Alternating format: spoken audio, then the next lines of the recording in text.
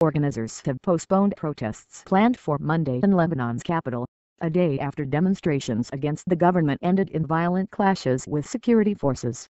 The so-called You Stink campaign announced on Facebook that a protest set for Monday evening in Beirut would not go on and that organizers needed to re-evaluate their demands.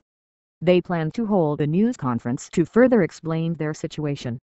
Sunday's protests in Beirut began peacefully with thousands of people continuing to express their anger about trash that piled up around the country and broader frustrations about the political system that has failed for more than a year to install a new president. But clashes began in the evening with security forces using water cannons and tear gas to disperse the crowds of protesters, some of whom threw rocks and bottles at officers and tried to tear down security barriers.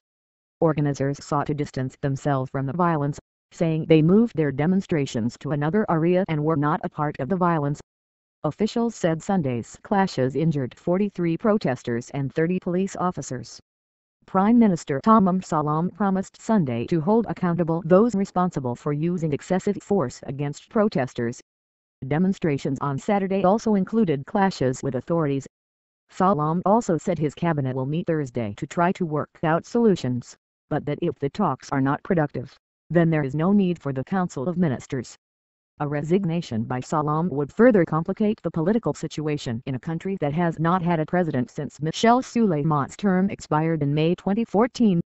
The parliament is in charge of picking his successor, but lawmakers have failed more than 24 times to agree on who should take the post.